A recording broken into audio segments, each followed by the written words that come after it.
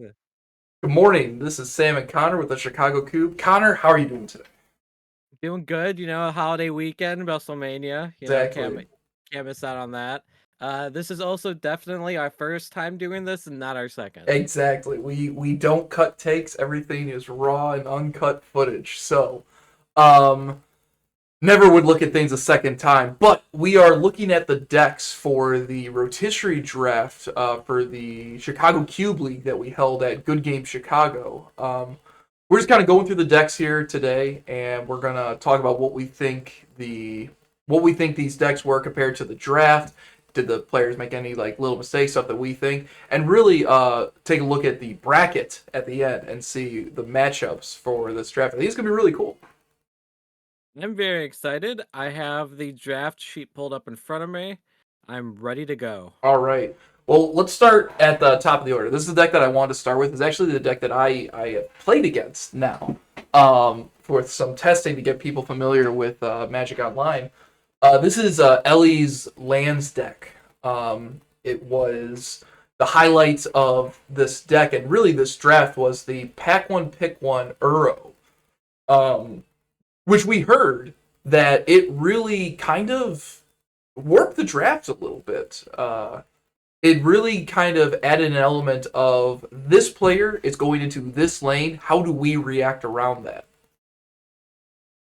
Yeah, one thing that's interesting about the Chicago Cube scene, maybe in comparison to other regions, is we're pretty aggressive about taking fixing, especially fetches. We're a big fetch city. And so one of the interesting things going into the draft was how aggressively were people going to be taking these lands. And Ellie taking Uro, pack one, pick one, really scared people into taking their fetches. Within the first 3 rounds, I think all the fetches were pretty much gone. It was a Maybe little. like It was fourth like or fifth. a little later than that. Like I believe. Scalding Tarn was the last one, and I it was gonna was say taken in the. Tarn. Yeah. So yeah, the first 5 rounds, all the fetches were gone, and we had some people saying that they weren't wanting to take a fetch until like round 7. So it really escalated things up a little bit in the terms of priority. And that probably had an effect on some of the other cards that then fell later into the draft that some people might have been able to scoop up on. But getting a look at this deck, obviously the Uro plus a medley of non-basic lands is really kind of standing out to me here. Like I said, I tested against this deck with Ellie just to get them familiar with just Magic Online in general. I just threw together some cards to play against it. Really was impressed with the scaling of this deck, which I think we kind of knew, right? We knew that this deck would get into could if it could get into the late game, could scale really, really hard between Taval, Necrobloom, Titania. You can just really have good inevitability with a deck of this style. Yeah, there's some decks we have that are adding to their multiplier in Balatro, and there are some decks that are multiplying their multiplier in Balatro. And this deck is multiplying their multiplier. This, as long as they get to the late game, they can go off with Teval, with Titania, even with Gitrock Monster in a grindy game. But this deck also has some solid early game play with Baleful Strix and Red and 6. The maybe it can hold down some of these aggro decks that it doesn't want to go up against necessarily. Well, there definitely is some value to, or some credence to the idea of play a Baleful Strix, kind of get a little further in your deck, shut down the aggro game for a minute, or at least draw a card, play a Quag Feast, flip your deck over a little bit. Just the importance of that Quag Feast of being able to then put cards in your graveyard, but then take out something with that CMC is quite powerful. Um, I think that this deck could benefit from a card like Hedger Shredder being the main. I also noticed, and obviously we have discussed this, but would you have expected Tristani Discordant to be in the sideboard of any deck at this rotisserie draft? If there was one card that got disrespected this rotisserie draft, there was Tristani Discordant. I think there's still an argument to be playing that card in this deck. I just think that card's that powerful. Uh, in terms of just their sideboard in general, I think for the most part they made the right decisions. I think you could make an argument for Head Shredder. I think you could make an argument for Grave Troll. I think that the deck we are seeing is the most streamlined version, and I think their sideboard is going to be pretty interesting depending on the matchup. Because I can see them citing into Tristani and Head Shredder, and even Snapcaster. Just an Ambush Viper is an Ambush Viper.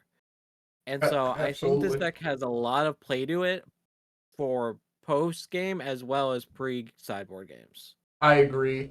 One of the things that I mentioned to Ellie was that in that, I think it was the third round, they end up going for I believe they took Verdant Catacombs and Polluted Delta, and I said I feel like for the style of deck that you were going to play, really prioritizing the Toxic Deluge would have gone a long way. I think that card would slot in perfectly in a deck like this for a number of different reasons. Uh, and Ellie generally agreed, but at the time just didn't really know where they want to go. Didn't expect that card not necessarily go that early. It was hard to say. Miles did take the two black sweepers on the wheel picks, which is a good way to kind of like solidify a spot. But all in all, I think this deck is sweet. I think this deck is super cool, and I'm hoping to see some big things out of it if it can kind of get to that mid late game. I definitely do think this deck is a contender to win the whole event. I agree. I think I it's think you have powerful. I to. think it's got some early stuff. I think it's got some late stuff. To go back to what you said about the deluge, Ellie was pretty worried about exploration, which I think they prioritized over the deluge. This Yes, deck would have loved a deluge. This deck, I think, would have loved a damnation also, and it just didn't quite get it. Still has Wrath of God, still has Quack Feast. One more piece of like removal that's castable would have been really nice for this deck, but I really like where this deck is at. absolutely. I agree. Well, it's very interesting. You said this is a contender to win the whole event. Ellie was the number one seed going into this. That's why they got to pick the Euro first. It would be crazy to see someone come in as the one seed and then still just take it down, really kind of solidifying them as a pretty big powerhouse in the Chicago scene. And Ellie has never played the Chicago Cube. This was their first experience. And Absolutely. so to come in, seed one into the league, draft in a deck in a cube that you've never played before, that's sick in a format that is high leverage and high stakes.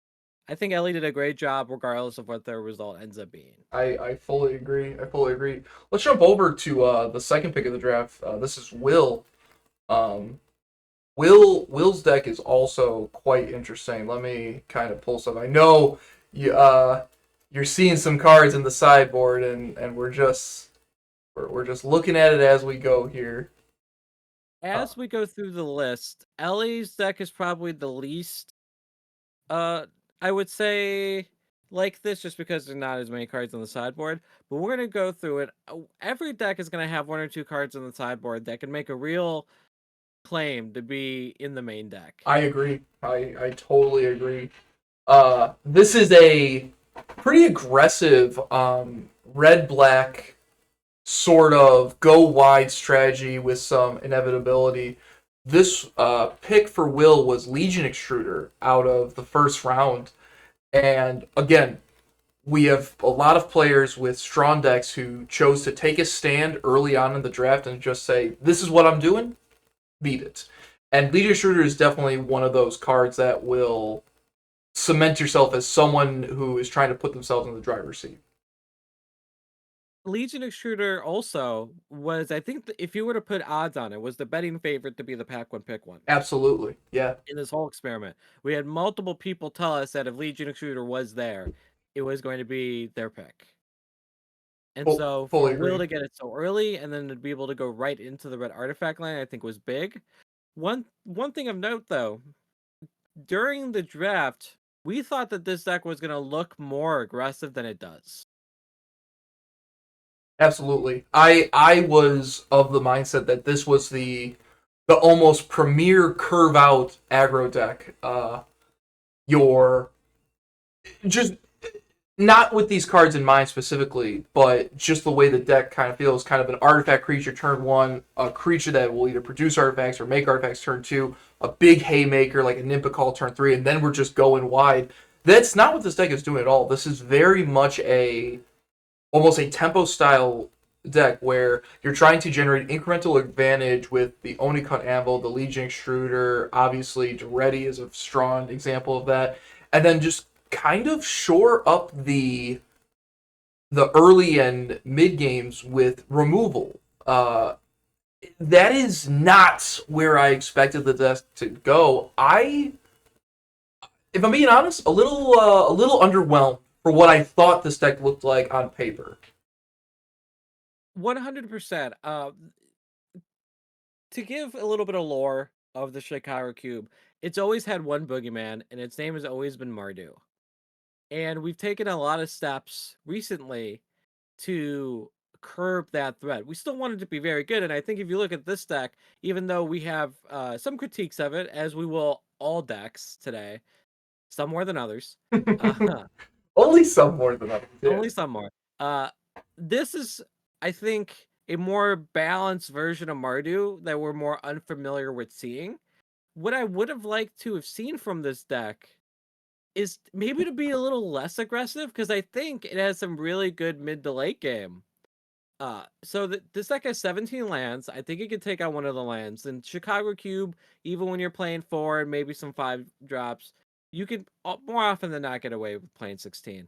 The other card in their main deck that I don't love is Goblin Engineer, Yes. because we're not really doing that. Like, Armix, I think, is another card that's defensible, but I can also see it being taken out. We don't really have a ton of the discard payoffs. I do think it will be like a house in the late game, just Absolutely. picking things off. But it's the worst 3-drop on this list in By terms of a getting it out there. pretty considerable margin. Um, Yes. I think I like the idea of Armex, but if you actually look to see what the deck is going to be doing, the most artifacts that you're probably going to have in the graveyard by the time you're doing Armex is maybe three, maybe. You know, there's a lot of incidental exiling effects in this cube that will definitely put a hurt on, you know, a card like Piggy Bank or Clockwork Percussionist. And then you're going to play this 3 drop, presumably on turns 3 or 4. You might have only, you know, pitched a star into the bin, or maybe you played a Rocket City or a Backstreet to throw over. Maybe it's the Hangerback Walker, maybe it's like the Brea's Apprentice or something like that. But you're not actually going to have a lot. And so you're going to play this 3 drop 3, do a very killable stat line in this cube. And then if you get to attack, you might be able to give a creature -2/-2. That could just not matter. It's Yeah. not like when this card attacks, it's dismember like it is in some variations of this deck. It's just not. If all those cards are in your graveyard, then if all those artifacts are in your graveyard in this deck, you're probably dead. It's really not where I would be looking at that. If I was to make some just immediate changes to it, I would up the artifact count. You know, I think Spellskite is a really powerful card in this cube. I think if you got rid of Goblin Engineer, that's a strong card for it. And I would probably cut Armex for Dig Site Engineer. I know fixing isn't free, but Dig Site's insane. Yeah. I think this is the second stint that this site has had in our cube. And a lot of that is we were just kind of always worried about this card being too powerful. It makes an Urza token for a subtype that is very easy to obtain in this cube. Yes. And I can definitely see Dixite being a, a card that just takes over the game. There's a few cards in Will's sideboard, just to go through them really quick. I'm a little surprised. The card I'm most surprised didn't see play based on how highly it was picked was Gleeful Demolition. Sure. The Gleeful Demolition was a 19th pick. A lot of people were upset when it got taken because they were going to take it not too long after. So I'm a little surprised, and we'll see this more as we go of the draft priority. I cannot speak this morning. It's early. It's early. Yeah, it's early. Priority drafting your good cards and making sure you're picking the best card at the best slot. I think Will, for the most part, did a pretty good job at that, but Gleeful Demolition is a 19th pick. You would have hoped you saw that on the main deck. Other cards of note, we have Murderous Cut, we have Spellskite, Mirror Retriever, Dig Site Engineer, Alibu, and Gadrick, I think are all cards that you can make arguments for. I think that I would lean more towards going Dig Site Engineer, not Mirror Retriever, Spell Skite. And I didn't say this yesterday when we attempted to record this the first time. I actually am more on Alibu now than I was on yesterday. I think that this deck can cut a land, play an Alibu, and really just anytime this Alibu comes down, it's a threat. It's more than a threat. It is a game-ending threat. It is this card will say, in the vein of Armex, like being able to kill a creature. This says I'm gonna kill target you, and I'm going to never have a misdraw for the rest of the game. It is that good. I am inclined to agree with that. I'm less big on Gadrick in this deck. Personally, I just think again we're on a really cluttered 3-drop spot, and I find it worse than all of these cards, including Dig Site. But I would also try to get Gleeful in, especially you've added this Zergo card. It's very good with Zergo. You pop your own star, you draw a card, make 3 tokens. Now those attack. Now those are just 3 more cards or drains. It's powerful. I The Go ahead. quick changes I would make to this would be cut Armix, cut a land, cut Goblin Engineer, add in Gleeful, add in Alibu, and then I would add in Spellskite over Dig Site, Oh, but okay. I would want to find a spot for Dig Site. I know that Will doesn't have a ton of white fixing, which is probably the overall concern here. You got 2 fetches. They both search white. I think it's fine if you want to mess around a little bit. You You also also have have some incidental ways to make treasures. You yeah, have time to kill stuff. I think you can go a little deeper into the white. I think so too, and I understand the fear, but between Chromatic Star, Piggy Bank, and the token that you can make off Magda, I feel like you're going to get it covered. There's also just cards like Experimental Synthesizer and Percussionist that will just exile more cards to get further. My hot take in this deck is that the last card that you want to cut for Dig Site is Ravager. Sure. I don't think Ravager in this deck is necessarily where you want to be. It is an instant sack outlet for artifact tokens, which specifically with like a Nimpakal and Zergo, you want to be able to get those tokens off when you want them to go off. If they're attacking and you sack it and you want to get the drain, great. If they can't attack but you still want to draw cards, you can get them to sacrifice on your turn, great, and you draw those cards. I just don't think that the situation where you have a bulk of artifact tokens, a Zergo that's going to be doing something, and then a third card that's also powerful, I don't think you need that to be Ravager. I think that card could be Dig Site in that situation. The thing that I like so much about this cube, to toot our own horns a little bit. Oh, we love tooting our horn here. Yeah. Arcbound Ravager is a good card in this deck. I don't think anyone would disagree. And even though you just said cut, I don't think you would disagree. Oh, of This course. card's a good card in this deck. Absolutely. But it's a Chicago Cube good card in this deck when there's a Blood Artist here to sacrifice to this Arcbound Ravager. When if you're playing Arcbound Ravager, you're playing Mirror Retriever.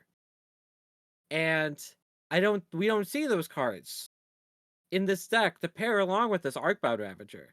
And so while it's a good card in this deck, and I'm sure it would win games, just on like what I said alone, if it doesn't have really the correct pairing cards, even though it's theoretically in the correct deck, I agree that card should be a Dig Site Engineer, because I think Dig Site takes over the game in this deck a substantial amount more than Arcbound Ravager does.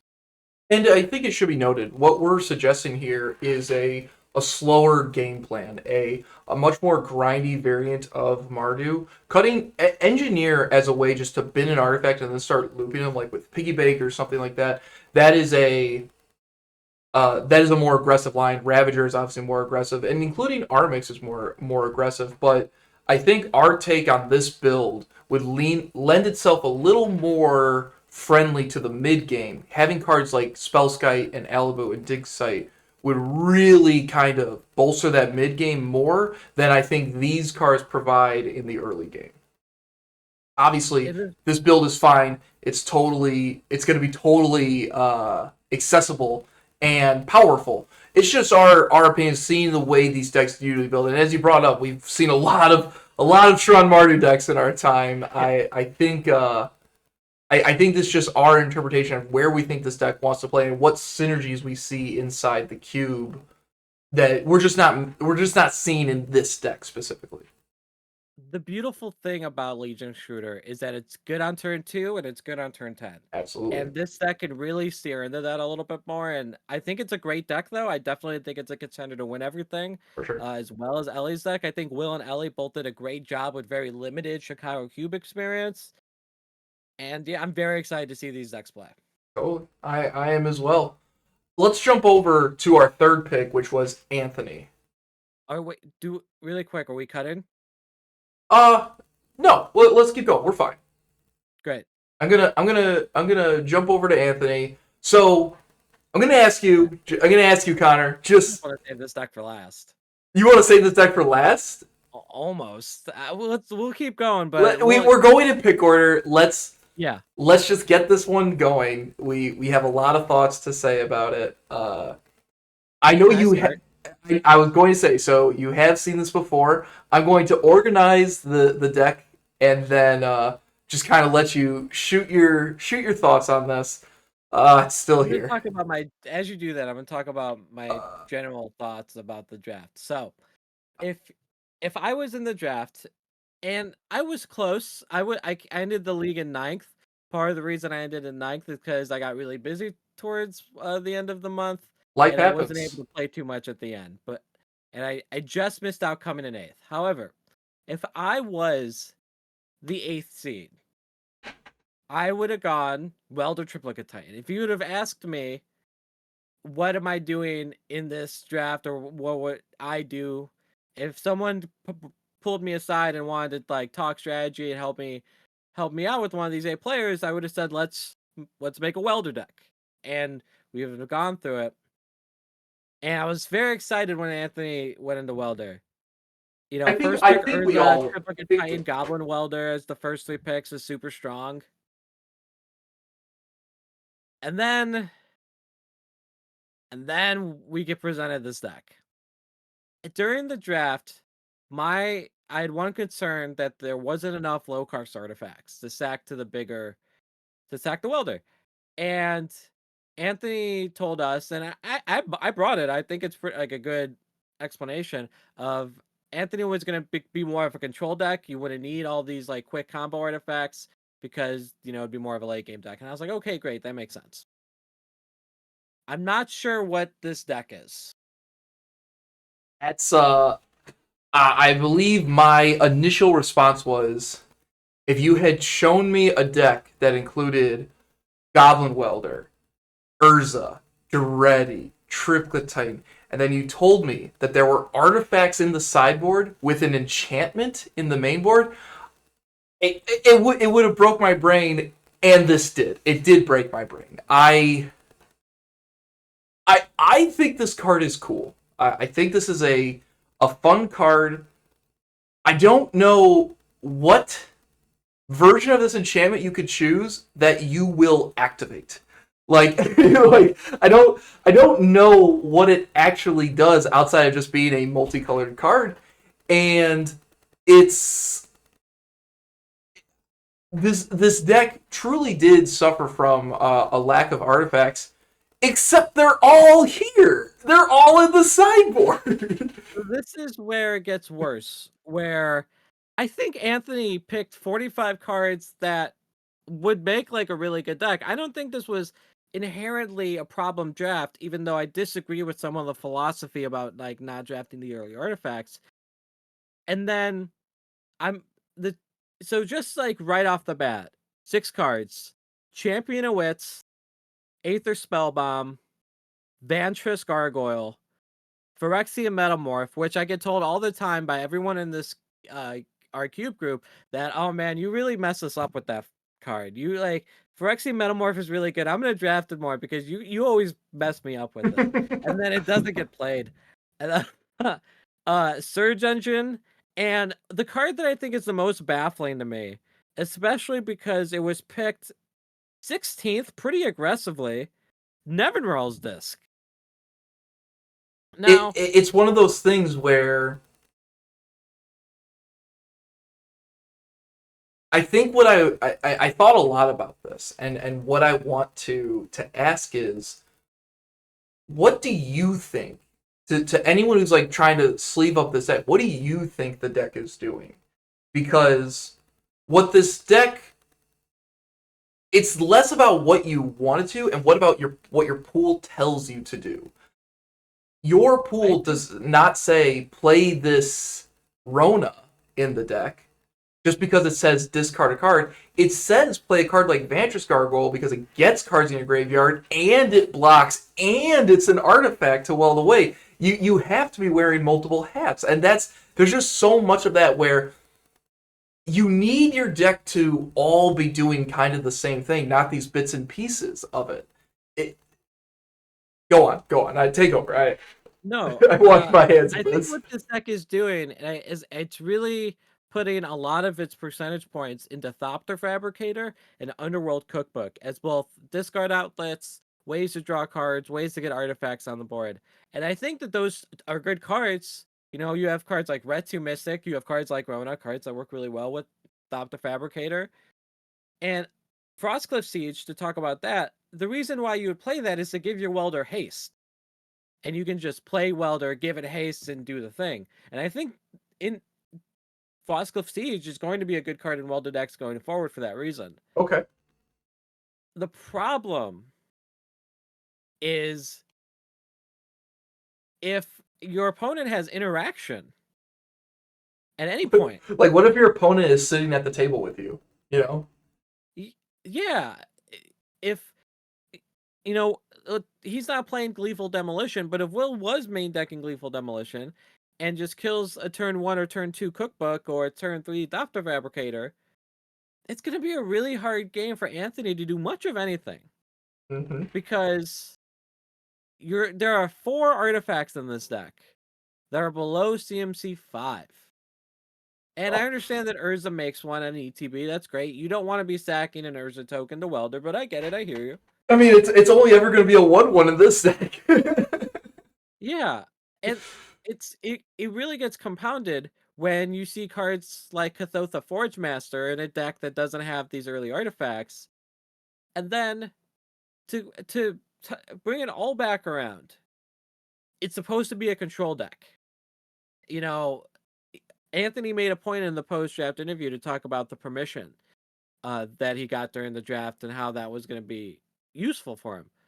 Spectral Interference and Don't Make a Sound are in the sideboard. Yes. And if you didn't want to do what I set up those earlier 6 cards and you wanted to be more of a control deck, you have Spectral, Don't Make a Sound, and Forked Bolt that you can add And in a here and and you a can use this wrath. like And a permission deck wrath. You too. have a wrath in the Yeah. sideboard.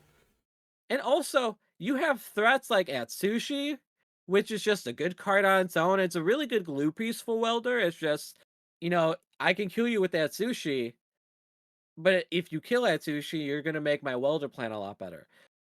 You have we haven't even got into Solemn Simulacrum, Brutal Clad, Phantasmal Image. This deck could have taken a Chrome Host Seed Shark also a lot earlier Chrome Sea in Shark, the I draft believe, with some Connor, of these cards. 45th? A 45th pick Chrome Host, I believe. Yeah, it went late 45th. Yeah. and to again. We've talked about draft equity and why it's important. Solemn Simulacrum's in the sideboard. That was picked 14th. Devin Roll's disc in the sideboard. That was picked 16th. Like those are high value picks. You're still getting duels in that range. Exactly. And those cards seem like obvious includes. I think if there's one problem I think people get tripped up with Welder is you see 3 big, not including Nexus up and coming, you see 3 big artifact targets. You see all the Durettis and the Welder. The only thing this deck is really missing in that package is Goblin Engineer. Sure. And I think people get kind of too distracted with the big pieces, and they don't appreciate that the deck needs glue. Like, there are no cantrips in this deck. There's no deck manipulation. It's just removal, combo piece, and a semblance of glue. It's And some especially things we work. saw a mid draft. We saw a run on the cantrips after Tom started picking them, and then three or four people, or I think it was three people, just went and kind of picked up the rest of the blue cantrips, and you would have thought that Anthony would have been one of those people too. But I think the point that you made regarding the draft equity, I think, is very important. You obviously Ellie has a lot of non-basic lands, so they're inherently going to make the deck more. But for most of the decks that we're going to say that do very well, and there's another deck that'll be coming up soon that really emphasizes this. Yeah. The cards they took early were cards they put in their deck, and that for Rotisserie Draft is very important. If you're gonna do a lane, which is cool, whatever lane you want to do, if you're gonna do a lane, you gotta stay committed to it, and those cards that you take have to make the deck for the draft to become above average, I would say. Uh, this deck doesn't accomplish that task specifically. I And no, go on, please. to talk more about the draft equity, Nevin Rawls' disc was taken 16th round. Cards that this deck would have really liked: Spyglass Siren, taken in the 18th round. This deck would have killed for a Spyglass Siren. Make an artifact. Maybe you needed to draw a card. Volden Epicure was taken 2 picks after Spyglass Siren, also in the 18th round. Same exact function. This deck would have loved that card. Uh, two the next two following rounds by the same player, Ponder Preordain were taken. There it is. Yeah, And all these cards, if you're gonna go into the bigger, it's like this is the slowest version of this deck, you need those cantrips. 100%. And it's this deck I think is just like very distracted and it got lost. I think there's a good 45 here. I think there is a good 40 that could be made here. Take out a land, take out a bunch of this just like unnecessary Swill. swill. I think that's a good word for it. Like this deck doesn't need Leveler. This deck doesn't need Forge Master. This Doesn't deck need doesn't need Rona. Rona. You can Yeah. take out the 5 mana to ready. Yeah. Rona can go, and Uh, then you can start having a really interesting conversation on how you of want the deck to actually look. yeah, Unholy Heat can probably go. It's the worst of the removal spells here, especially if you're adding in the counters. You don't need to play Unholy Heat, Mm-hmm. and so yeah, I think there's a really interesting deck here, and I think we were more critical of it when we tried to record this yesterday. Yes, and I'm actually going to jump in and cut us off and say there is an interesting deck here. We don't think that this is the best variant of what is in this pool, but it's important to recognize that this is most people's first rotisserie draft, and certainly the first rotisserie draft of the Chicago Cube. It's tough. They're going to figure it out. I'm not really concerned about Anthony being able to improve upon this. I think he's fine. But needless to One thing say, that Anthony's very good at, it's taking criticism and taking notes. Nothing we wouldn't say about these decks, we wouldn't say to them directly, or we would be exactly. upset if they said it to us. This is all in the spirit of learning and getting better. And it's someone was going to miss the mark in this draft, and I think Anthony is the one who missed the mark the most. I am inclined to agree. So, needless to say, this is not your favorite deck out of the draft. No, I think this is my least favorite deck, and that's really upsetting. Yeah. I'm inclined to agree personally. Regardless, let's move on. Eli's next.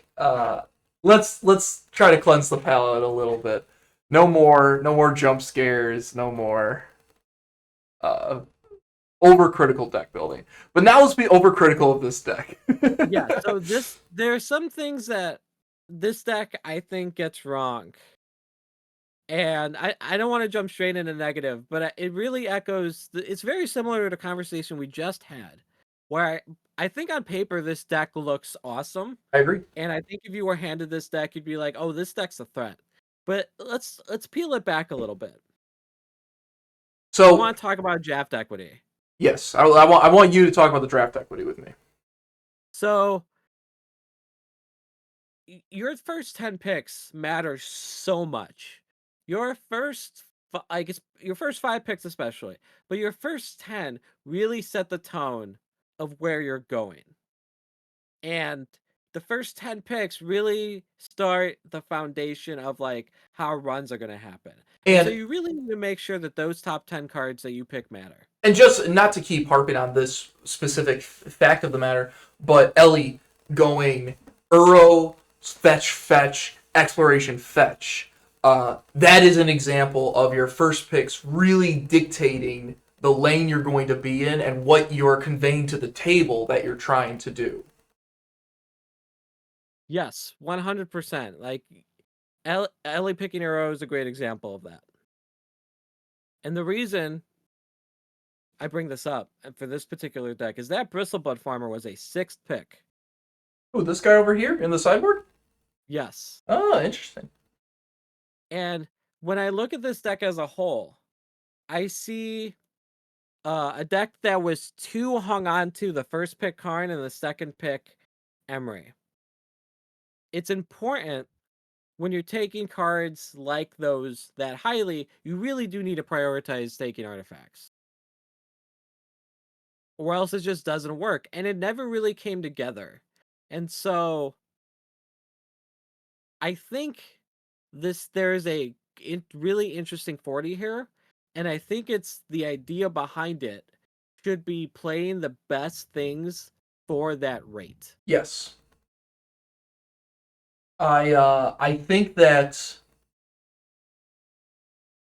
obviously the seat is tough because Eli comes in with a plan, and then the two players picking ahead of him go red artifacts aggressive, blue artifacts not aggressive, and so now your pickings become slim. Where really where Eli would have found himself a little bit more fitting in is green artifacts, which a card like Elvish Archivist, Tough Cookie, all cards that work well with that, the Sandstorm Salvager and the Chariot, all cards that work well with that. That strategy really lends itself to Bant because Bant is very much on best cards at the current rate, and you just play the value over and over again, and there's a bunch of ways to recur it. So I think the seat Eli was in was correct. I think you needed to pivot off of what you thought your first pick was going to be. If your first pick in a rotisserie draft goes sideways, it happens. You let it go. It's that we still see Emery and Karn in this deck, and they're not good in this deck. Pretty much, Karn is good in games of Magic. There's no question, but in this deck specifically, they're not very impactful cards, and you can see it in regards to trying to have a birthing pod in this deck. You have a birthing pod in this deck, but you have like an Esquisse Chariot, a Karn, a Tribunal, like all cards that like are towards your top end, but you can't do anything with the pod, and we're just kind of stuck in this weird limbo. But and where are these artifacts that are going to be going to the graveyard super early? Getting back one diversion unit with the Haywire Might in the sideboard? And the Candy Trail. And the Candy Trail with a Bright Glass in the main deck. Two very good targets. This card says draw a card. This card says kill a card. I don't know how to convey. This card is. This pool of 45 cards are obviously powerful. But this build is just unfocused. It's just not. It doesn't know what it wants to be doing. Absolutely. And I think that a card in this deck, if you were to just put in Tameshi and take out Emery, the deck gets better. Absolutely. And just quick cards in their sideboard that I think should be in this deck. You add in Goose Mother, you add in Bristlebud Farmer, you add in Spyglass Siren. Tameshi's interesting. You got Haywire My Candy Trail, and you still have some counters. But now you get to take out Karn, you get to take out Emery, you get to take it out Unctus, I agree with which is that. And here's the thing: if you're playing Birthing Pod, you need to play creatures you're okay with sacrificing. You don't want to sack Emery. You don't want to sack Unctus. You don't want to sack Sir Ginger. You want Sir Ginger to get bigger. You know? Yeah, And you want so, these cards as payoffs for what you're doing, but you have nothing else to sacrifice with these in the deck. yeah. It's not to mention you're in a pod deck and you don't go past 5, and you only have 1/5. If you draw your 5, your pod just ends at getting Brennard or Bright Class, which isn't bad, but it's not really that doesn't have a lot of impact to necessarily warrant this card's slots. And also, for a deck that drafted a decent amount of removal, there isn't a lot of it in here. No, so there's Conclave Tribunal and Chain of Vapor as the big two. And I just don't love Chain of Vapor being my second removal spell when I have Condemn, Vanquish, and most notably March of Otherworldly Light. I would also play Remove Soul in this deck, even though it's not necessarily a counterspell deck, just because that card is as close as you're going to get to a blue Doomblade of sorts. Yes, it, And this deck could really just use a Doomblade.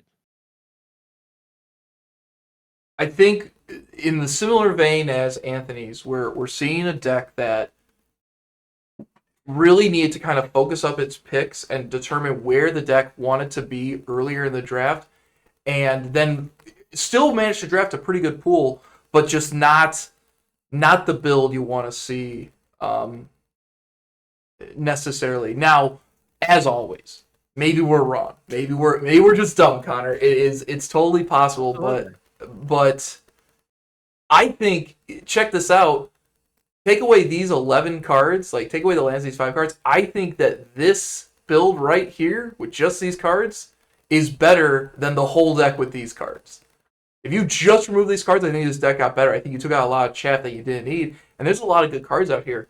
Now, is Eli going to recognize some cards were not very impactful during his match? For sure. Yeah. Eli's a strong player. A lot of good introspection made in a match to figure out what is actually working and what isn't. I imagine Eli's post board games are much more interesting to watch than these game ones will be. But this is I don't think that this build of the deck is necessarily where you want to see this pool, but cards are powerful. The cube is powerful. Maybe this just kind of works out, and hopefully we bring in some of these powerful cards in the sideboard in for this next games.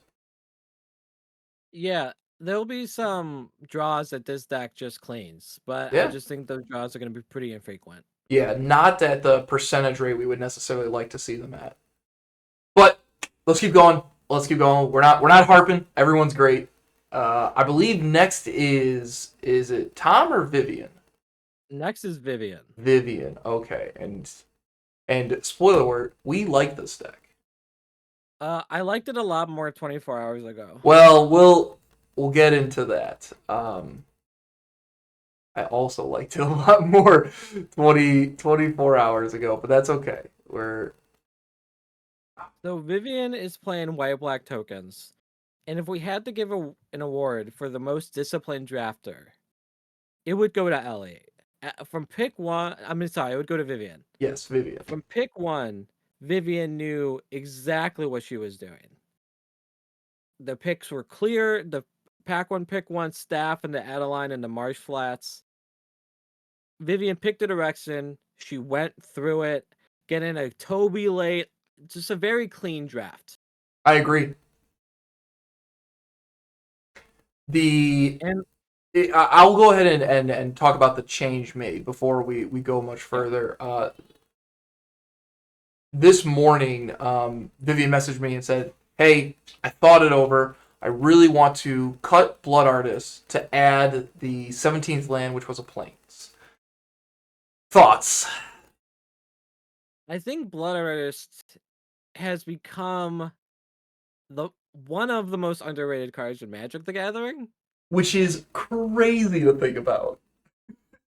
I think it doesn't attack, and so people just forget. I suppose so. I think Blood Artist is insane in this deck. And any deck that plays tokens or goes slightly wide, any deck that you're really wanting to cast Lingering Souls on turn 3 also wants Blood Artist on turn 2 or 5. So I wanted to play sort of devil's advocate with this and talk about why you would want to cut the Blood Artist. And there are a couple things that you can come up with. The first is at 16 lands, you do have a Godless Shrine and Marsh Flats, but outside of that, you don't have real good fixing for your mana, and there are a lot of white pips. You really don't want to see an opening hand of like Godless Shrine, Swamp, Adeline, because you need to play Adeline on 3. It's very important for the way this deck runs, and you don't want to be left to the machinations of your own draws to make that work. So adding another white source kind of bolsters the color requirements a little bit. That being said, I also can see a realm where you are trying to get Glimmerlens to activate a fair bit. You are trying to stay competitive inside of combat with Adeline and Toby and stuff like that. Blood Artist doesn't attack, as you mentioned. I get it. I think that the reach that Blood Artist provides as not necessarily a turn 2 play, but maybe a turn 4 play, and then you just go to combat with your Lingering Souls tokens and stuff like that, I think the card is close to invaluable in terms of life swings. I find myself more on the line of not play 17 lands in decks like these. Yep. And in general, and maybe that's my own shortcoming as a limited player. But I don't think this deck needs it. I don't think this deck needs to play the 17 lands. I do think this deck needs to play Blood Artist and I don't know. I'm not seeing the vision on this one. On this change specifically. I love this deck personally. Yeah, this deck I think is so close to just being perfect. And I think this deck was a hair away when Blood Artist was in from being just like the perfect white-black deck. You already have the cards pulled aside, so thank you for that. But Blood Artist, Phyrexian Revoker, Unearth, and Portable Hole are all cards I would want to try to fit in here. Just some quick cards that you can, I think, take out of this deck. Take back that land back out. Undo the change of Blood Artist. And then Feldar Retreat, if you're worried about being able to cast these 4 drops, and that's why you want to play 17, right? You just want to make sure you draw 4 lands. Yeah. Make it so that cut a 4 drop. Cut a 4 drop. You don't need to play them. Now, to talk about draft equity, Feldar Retreat was a 4th pick from Ellie. From Vivian. I don't know why I'm just getting them mixed up today. I don't know. From Vivian. And so it would suck not to play a card that you pick so early. But because she was so focused throughout the draft, she doesn't need to necessarily worry about that conversation because everything she picked was on game plan. You can pull up Vivian's draft and you'll see that pretty much in like the first 20 picks, there are 2 of those cards, and I guess now 3 that aren't making the main deck because Blood Artist got cut. That is an insane stat, and one that most players in this draft can't boast. It really kind of shows what again a focused game plan will provide. If you really just, I'm going to play these cards, they're going to be good in my deck, it's going to be great. Feldar Retreat just doesn't fit into the thing. You can't make multiple land drops. Obviously, if you go wide and then you play your Feldar and then you play a land, now everything's huge and they have vigilance. Yes, but your opponent is playing the game too. They don't necessarily want you to do that. I just don't see it playing out. And if the reason that you add that 17 land is for that Feldar Retreat, get it out of here. Both cards gone. And the other card that I'm kind of looking to just to get into the deck is Revoker. Revoker in an open draft situation is awesome. you know exactly the most powerful card that you're trying to beat. And it's great. It's great for that thing. I really want to see it in here, especially with the rebuy effects like on Earth, like Sarah Paragon, you know? I want to get And that card in here. with hand information like Thoughtseize. Hand information like Thoughtseize, Tidehull Sculler too. Yep. To echo what you said earlier about the discipline drafting and how many picks for Vivian before she didn't play a card.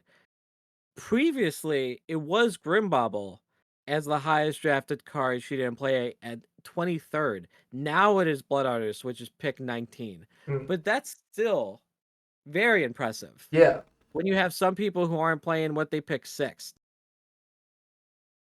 it's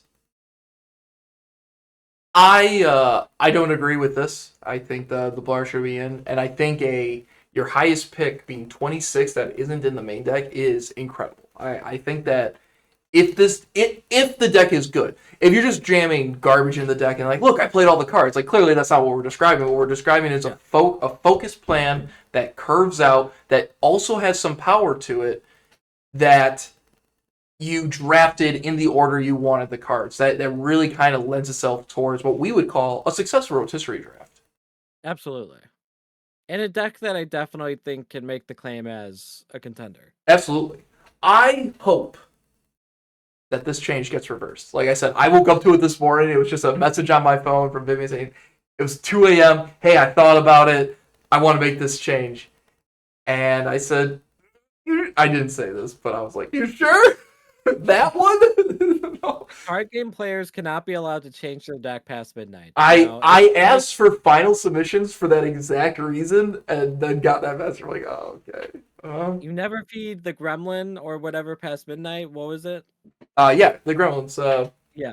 I have a classic story of I traveled to GP Charlotte, and I'm playing Grixis Twin, mostly just Twin with this, and I was tweaking my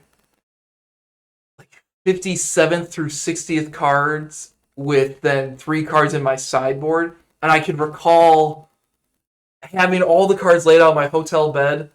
Everything's just kind of in order, and I'm swapping all the cards out. And then it gets to be, I don't know, 1 a.m. and I have the event starting, 8 or whatever. And I'm like, I gotta just go to sleep. It doesn't matter. Like these cards don't matter. They never came up once, and that's how it always is. You'll stress about individual cards. You really just need to have a plan, stick with it, get some sleep, and have a snack. You'll play Really, fine in that Magic. In that, yeah, get some sleep, have a snack in the morning, stay hydrated. You're gonna have a fine event most of the time, and even if you lose, you'll at least have a better time because you're not hungry or sleep deprived. So, Magic players shouldn't be allowed to. Card players shouldn't be allowed to edit their decks, but it's fine. Hopefully, maybe they will message me and say, "Nah, let's get that Blood Artist back in here," but we'll see. Still, great deck, super sweet deck. Yeah. Now, Tom. I like this deck. I no just teasing Wormlet from Tom. Teething Wormwood did not make the main deck. Are you crazy? What? How is that even possible? So one thing that was happening during the draft is we noticed that blue in general was dropping. Yes. And we were curious on who is going to be the one to go into blue. We figured Miles might be one. We also thought Tom might be one. And Tom eventually bit the bullet and went into blue, going into Jeskai. He was looking like Naya, but eventually found his way into Jeskai. And in terms of how this deck looks, I really like this deck. I think Tom did a good job of shifting. I would have liked to see him go a little bit harder into blue. Yeah. That being said, like all the decks we've seen so far, there are some cards here that are in the side deck that really need to be in the main. For sure. I acknowledged, and we all kind of acknowledged with Tom's draft that he was a little unsure towards the mid game. A pretty decently focused early part of the draft, a pretty focused end part of the draft. The middle was a little weird, and it leads to, some possible build mistakes, some good cards in the sideboard. But what I think kind of came out as a pretty cool deck. I'm a fan. This is Narset, close to my heart. I think that the Path to Exile into Flage into Arid Mesa was a pretty sweet set of draft picks in the early game, and I don't know. I'm a fan. I really am. What would you change? What are you looking at this? So, few things I would change about this deck. I would take out Syncopate. I just don't think that this deck is trying to cast it. It's not a card you can be rebuy with Narset. If you're worried about the blue splash, you don't need to play a random blue counterspell. Sure. I would also think about taking out the Dusk Rose Reliquary. I'm not sure if you're going to have enough artifacts that you would like to sack for that card, and our removal's already pretty good. Yeah. In terms of cards that I would get in, you need to play Third Path Iconoclast in this deck. I agree. And in that same vein, you need to be playing Esper Sentinel. Couldn't agree more. I think that the Reckless Detective is kind of in the same vein of it's good to discard cards that you kind of want to rebuy with Narset, pitch cards for Flage. I think that Third Path and Esper Sentinel over Reckless and Dusk Rose is just an auto pick for me. I think that the Skrell, just being able to protect some of your more powerful cards like Inti and Flage and Narset is great to have. And I think this Combat Courier is just a little weak. You can kind of see in this build where Tom was going. I want to be using my cards to get value, but then go to the graveyard so that I can use cards that take advantage of that to make my Flage and my Narset better. This is a pretty focused set of lines. We just don't think that these lines are the most powerful thing for this deck to do, especially when you have some really powerful cards in the sideboard.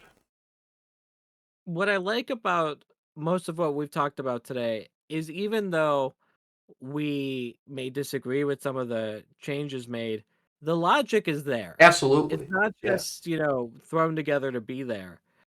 These are good drafters. They top-8 this league, and there's a lot of... The quality of players that didn't make the top 8 in this league is strong, and a lot of it has to do with just people being unavailable, stuff like that. But even still, these are good Magic players, and you can see it. You can see that even someone as charismatic and fun as Tom is also quite the shark. You can't underestimate anyone in this draft.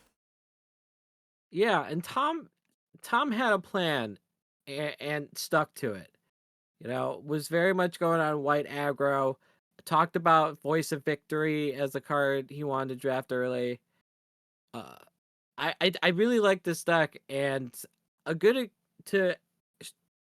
lot of these cards would be cards that other people really wish that they had. Like Will wishes he had some of these discard cards. Yeah.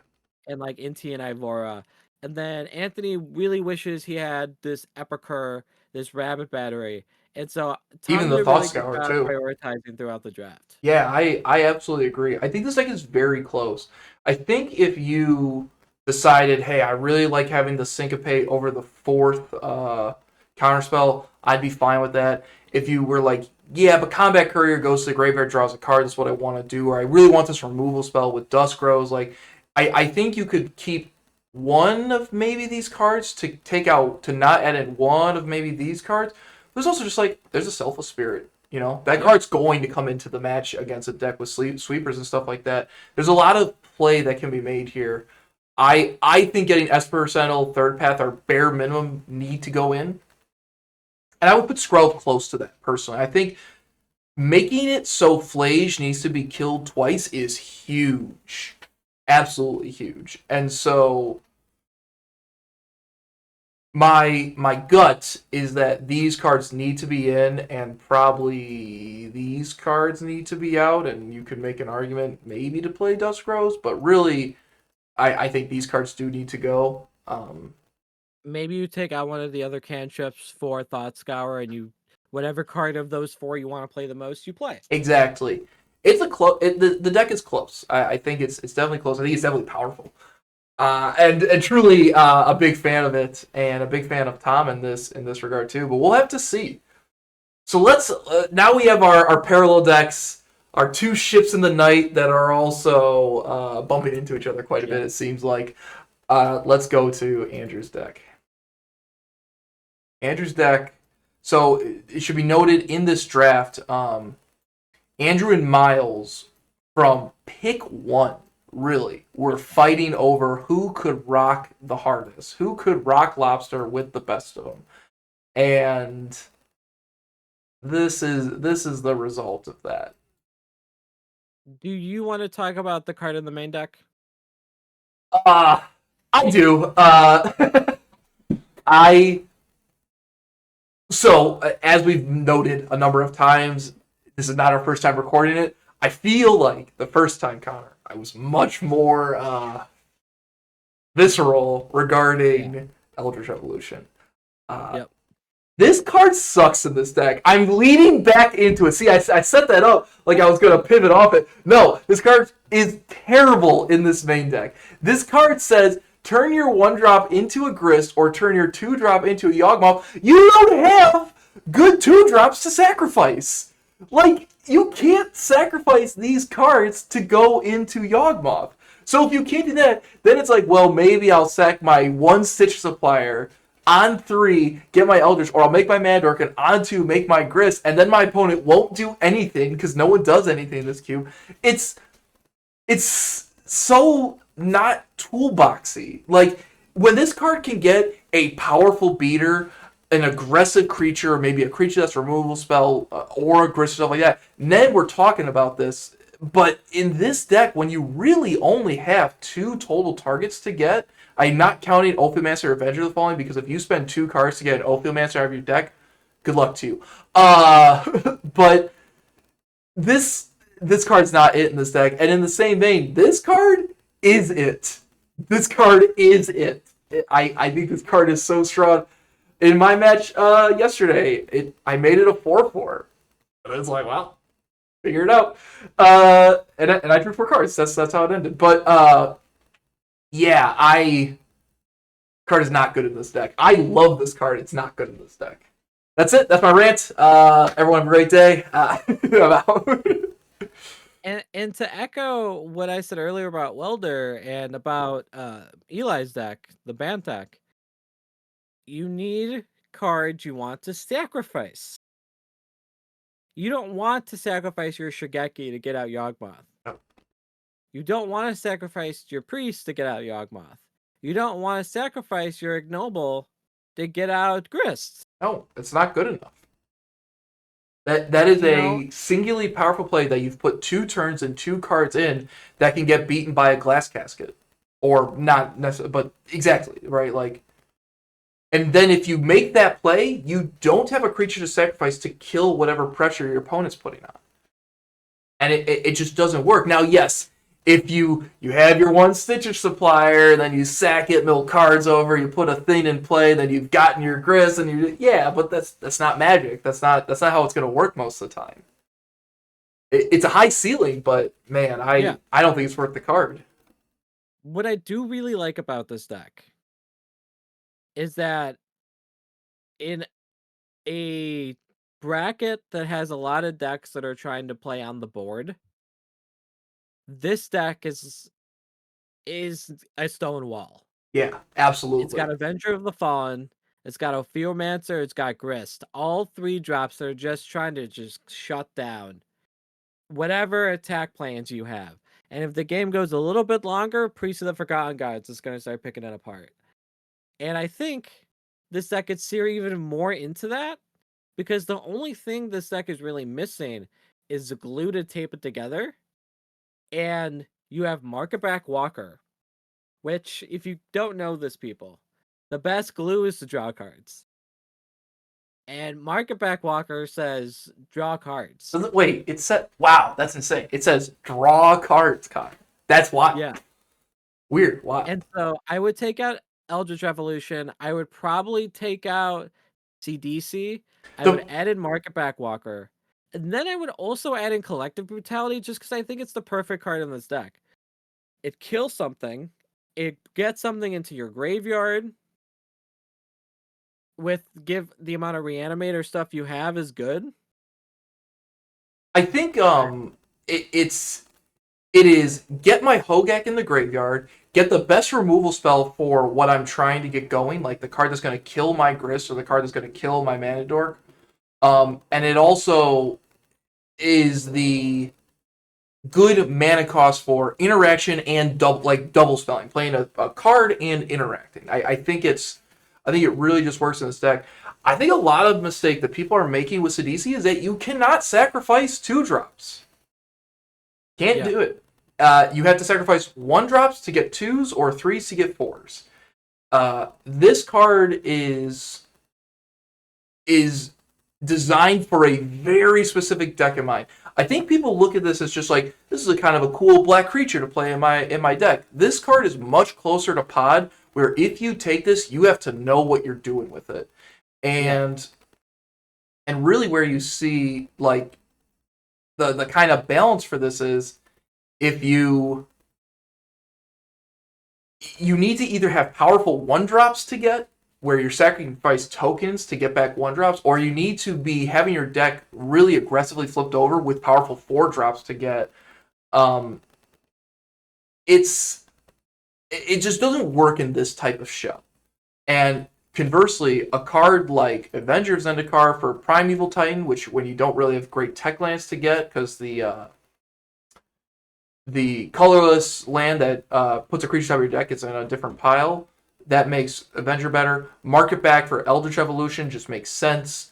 And then Collective Brutality for Sidisi also makes sense. And then if you were really big on it, you could probably cut something. You could probably something if you wanted to get this twitching doll in the main, but I don't think that's very necessary. You could, but you don't have to. But Yeah, definitely, Twitching Doll, you can make an argument for Canker Bloom, I think, yep, too. absolutely. If you just want more creatures, I think there's room in this pile for stuff, but I think that these cards just don't work in this deck, and Avenger does work in this deck. I think these 3 swaps immediately turn this deck into a pretty nasty threat, honestly. If you told me this deck found its way into the finals, I would believe you.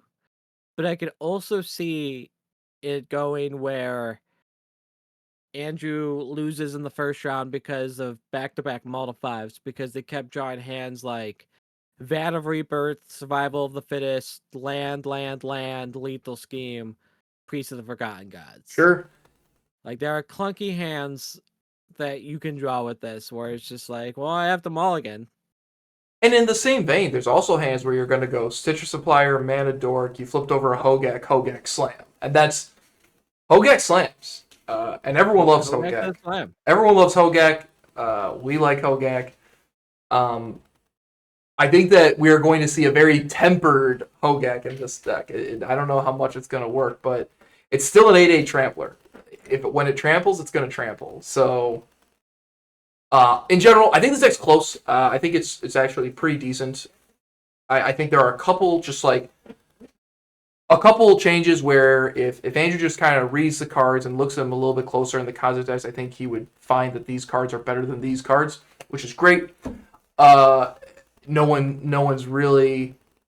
Everyone's just kind of figuring this out for the first time, and probably once again, this is another one where I think after sideboard we're going to see some changes made that kind of more are in line with what we're describing. Absolutely. But the last deck of the scene is going to be Miles, and Miles. Talk to me about Miles' draft, specifically the draft. So we were a little worried about Miles' draft to start because Miles didn't want to go into blue black X, and I think he Very, was the seat, very vocal about it. very vocal about it, and I think he had the seat for it to a certain degree. Granted, he would not have been able to do Sultai because T-Vol was already gone by then. Yep. But a lot of black removal taken early from Miles, and we were kind of getting worried that he was just spinning around without a game plan. just fighting with Andrew unnecessarily. And then in the 19th pick, he went stopping ground Corvold at the perfect time because Andrew was about to pick Corvold with the Yes. very next pick. The literal next pick. And from then on out, Miles's draft was just heater after heater after heater. And he just pivoted into this Jun strategy that, you know, when you look at the draft on paper, doesn't necessarily look awesome or, you know, dominating. And then you look at this deck right here, and there are some cards in the sideboard we'll talk about in a second, but this deck is a hard out. Yes.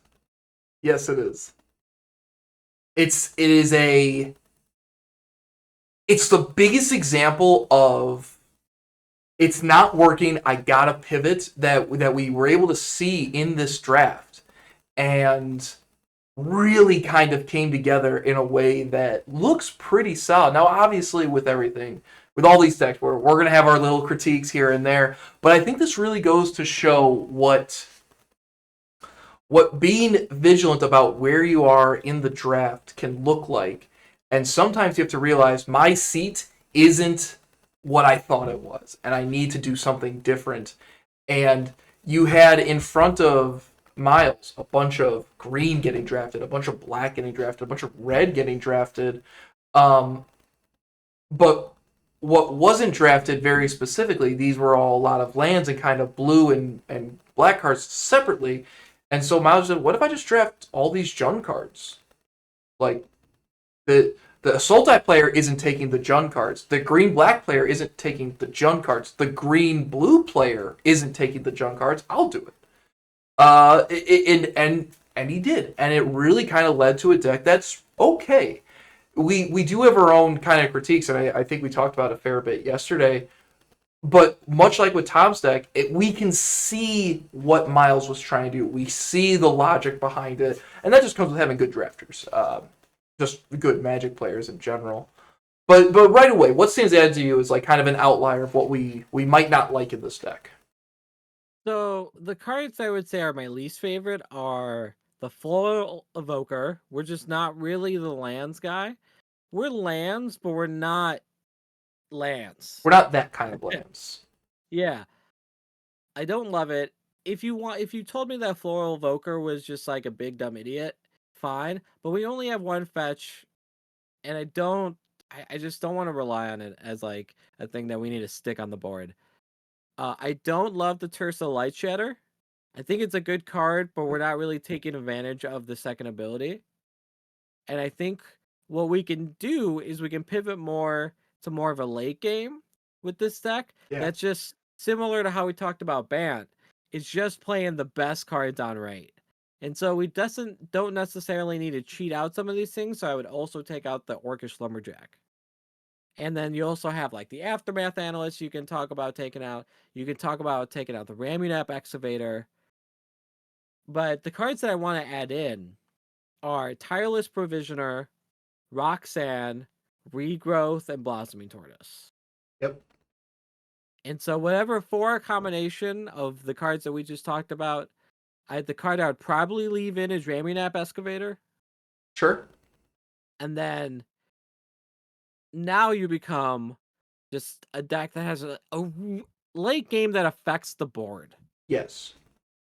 My thoughts on it are similar. I think Floral Evoker and Tertia are fun new cards to add, but they don't quite hit in this deck without Exploration or like even a card like Deeproot Wayfinder as a way to get a second land drop in a turn. I just really lower on this card.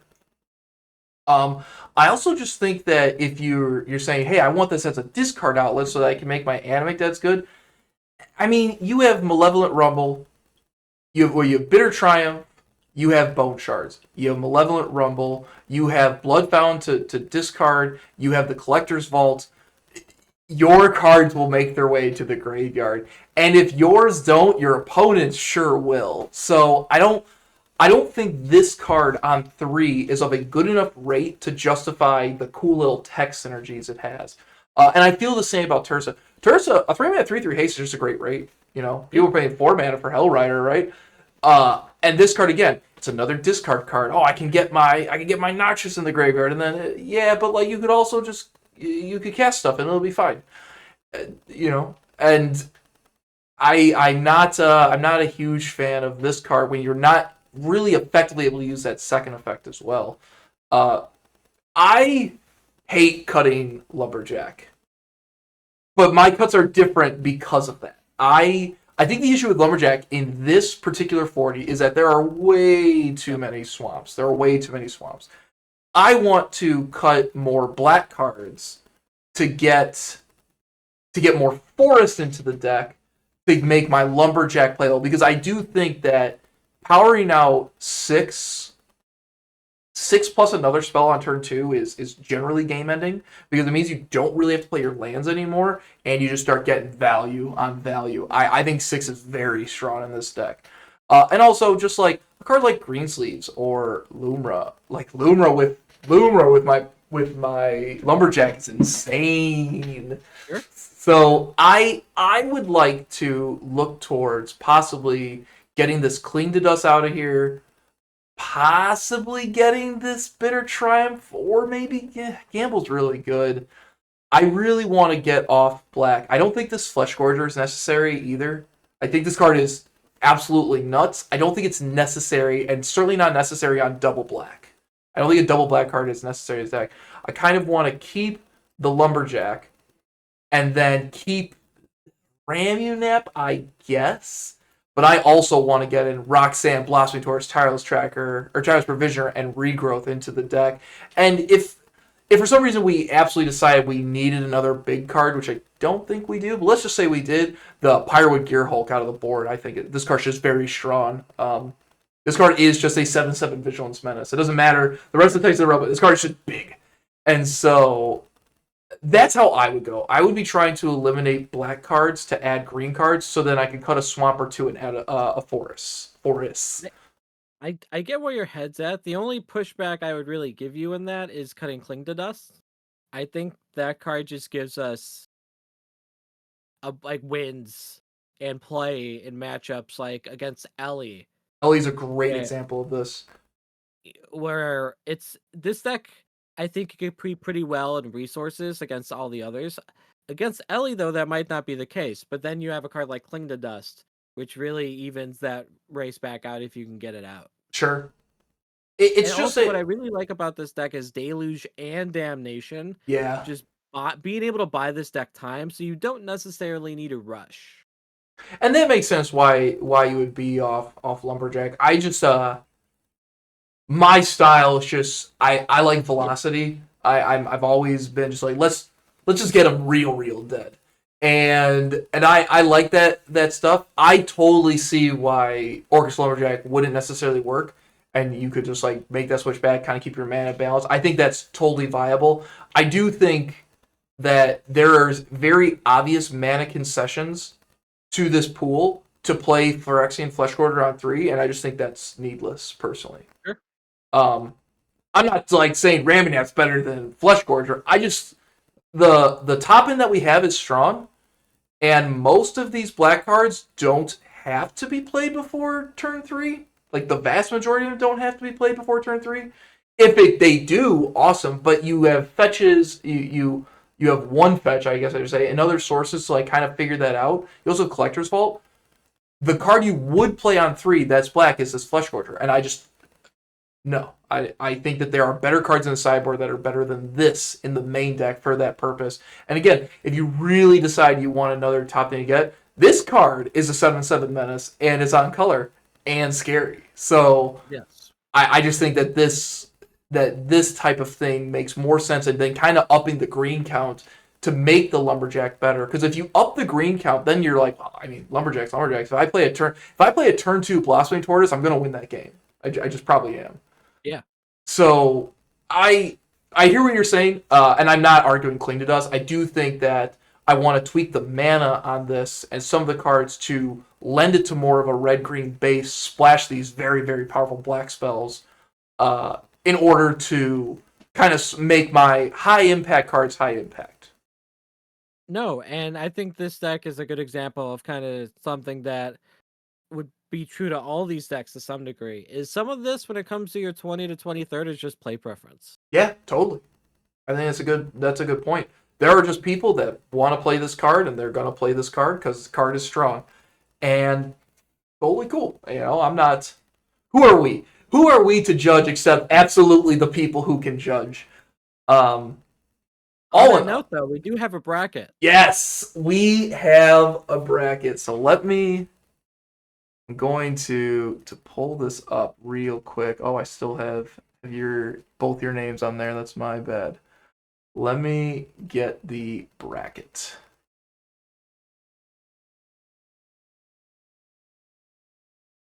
I'm excited. If I'm being honest, I'm excited. I'm also excited to see these games. Yeah, I think it's going to be very, very cool.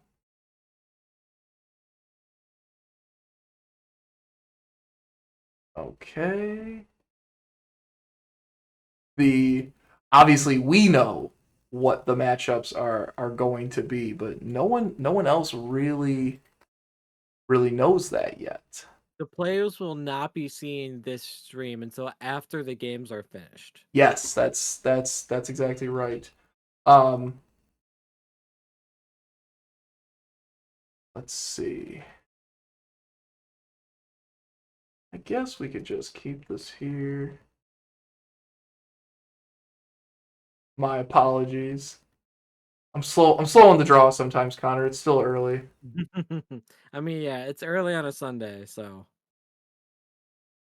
Happen to anyone. Oh, okay. What deck are you actually most excited to see played out? I really want to see how Tom Dex plays. Okay.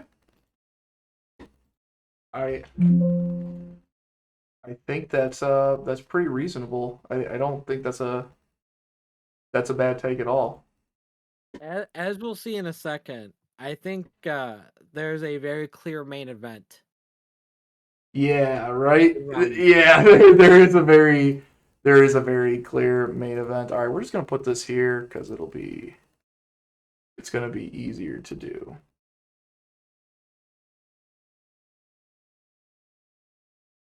Should I start going into the first game while you pull this up? Yeah, why don't you pull it up? Just start talking about it.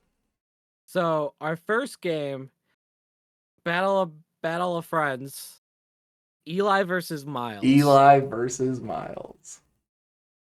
So we have Bant from Eli and then Miles with the Jund deck. I think Miles' draws are going to be a lot smoother than Eli's is. I think Eli has a lot more holes in the armor. And I think Miles is going to take that game. I think Miles is going to take that game too. I think that we can kind of see the inherent issues with Eli's build, that the kind of inconsistencies in the power plays on turn really get cleaned up, where if Eli's just having a slightly inefficient game and then puts all his resources into a board that just gets rafted away with not a lot of rebuild potential, I think Miles is going to just run away with that. And if you have a better game plan of playing efficient cards on rate, you can play through rats like that. But I don't think Eli's deck has it. I think Miles has this one. I do too, and I'm excited to see how it goes. The next round or the next game, we have Vivian on white black tokens. Yes. Versus Andrew, who's on green black rock. Now, on paper, I think Vivian is favored. I do as well. Yes. However, we talked about the interesting thing about Andrew's deck is that could really gum up the ground. And while I think Vivian is favored, if you told me Andrew won this, I would not be surprised. I agree. I think that the incidental value you get off just playing that Avenger of the Falling, playing your Ophiomancer, sacking some creatures, that the incidental draw advantage you'll get off of the rock deck, especially obviously Yawgmoth. Yawgmoth is king against those decks. Is strong, but if Andrew's deck does stumble, Vivian's deck is not going to stumble that way. Maybe with 17 lands out, possibly, but really efficient at putting things on the board and turning sideways. And so I also think that despite how going the board is, Toby is absurd, and those creature tokens are getting jumped, and I think Vivian takes this game. I do like Andrew's deck. I think there are some interesting series on. I think that Vivian's deck is just a little too streamlined, and she's going to come out strong here. I think Toby's the most important card for Vivian, and I think she's going to side in Blood Artist pretty quickly in game. Pretty quick. Yeah, I guess the Yawgmoth thing, yeah, Blood Artist is coming in, for sure. And then we got Will and Anthony. I don't think we got to talk about it much. I think Will is going to ranch Anthony. I think this will be a very Yes. clear victory for Will. And you know what? With all due respect, Anthony. It's not good to make predictions like this, but I bet we don't get to spectate this game. That's not a prediction. That's a spoiler. It's a spoiler. And now the matchup. Come on. Tom and Ellie. This is going to be the feature match for our first one. I am worried. I don't know. Jessica Tom versus four color lands Ellie. I think the die roll matters a lot in this game. A lot more than it does in the other three. Yeah. If Tom wins the die roll and wins game one, I think Tom wins the match. Okay. I think if Ellie wins game one, they win the match. So I think Ellie's deck gets a lot better in this matchup in the side games.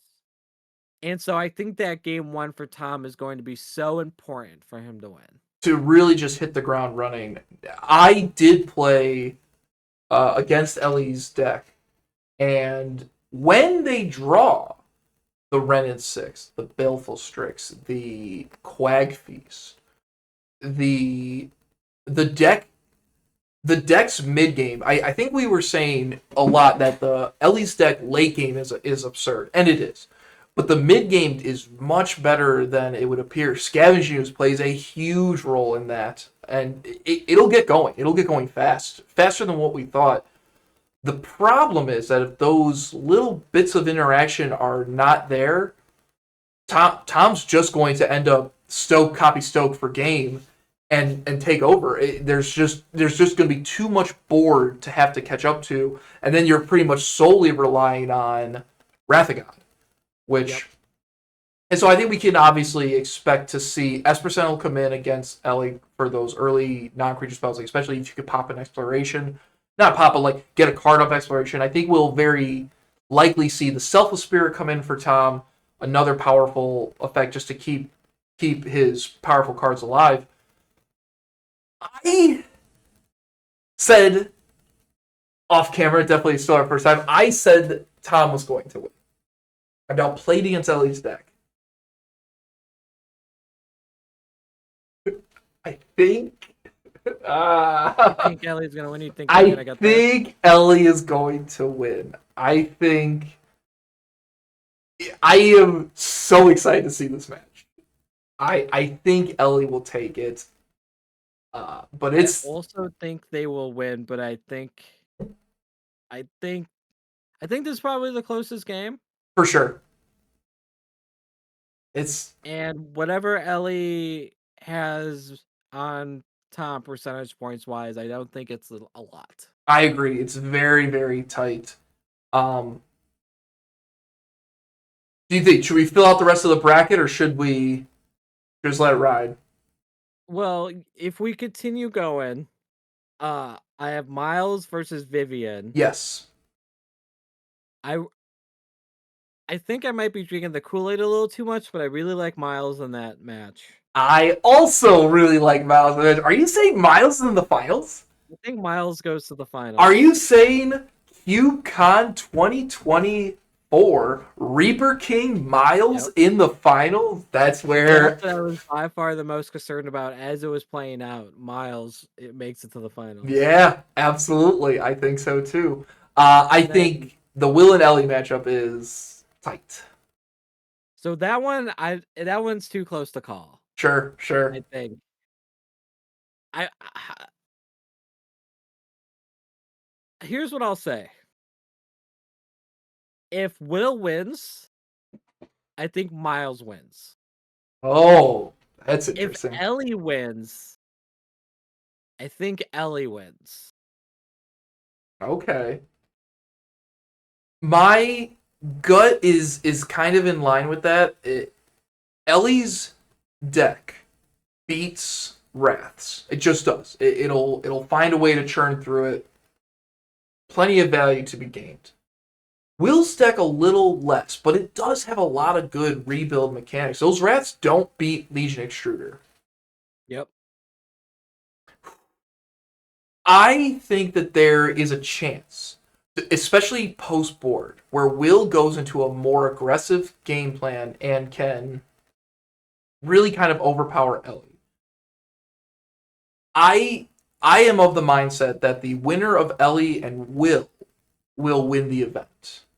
I don't like betting against Reaper King Miles, but I think that both those decks play better into the powerful cards that Miles has, more so than Miles plays better into the powerful cards that they have. Um, but pretty much every game in the event, but certainly after that first round, it's going to be sick. Oh yeah, I'm and I cannot wait. cannot actually wait. Well, with that, I think we're good. I think we're in for a really good show, to be honest. Absolutely. And if you're watching this on YouTube, put in the comments on who you think's gonna win. Yeah, We'll be uploading the games probably a few days, maybe a week after we upload this. yeah, absolutely. We'll give it some time. So this is going to probably get uploaded today. The matches will be played on Monday. So the next time that anyone hears from us, we will know the results. We'll see if we're right or not. It's gonna be it's gonna be really fun. They are gonna all be streamed at twitch.tv/the Chicago Cube. It'll be us plus Kyle commentating those games. The the players will be playing on MTGO, so we're going to try to get as many of the games covered as possible. It's one of those days where we're going to do what we can to get as much content for this cube as possible. So again, special thanks to all our drafters who participated in the Cube League. Special thanks to Good Game Chicago for letting us draft there. And special thanks to you, Connor, and Kyle, somewhere else. You guys do a great job. I think we're all doing a really good job, and it's a pleasure to do this cube with you. Absolutely. And right back at you for putting all this work in on this stuff. And yeah, I can't wait for the games. All right. Then we'll see everyone in a couple days, and hopefully we'll see you at the Twitch stream tomorrow. Have a good day.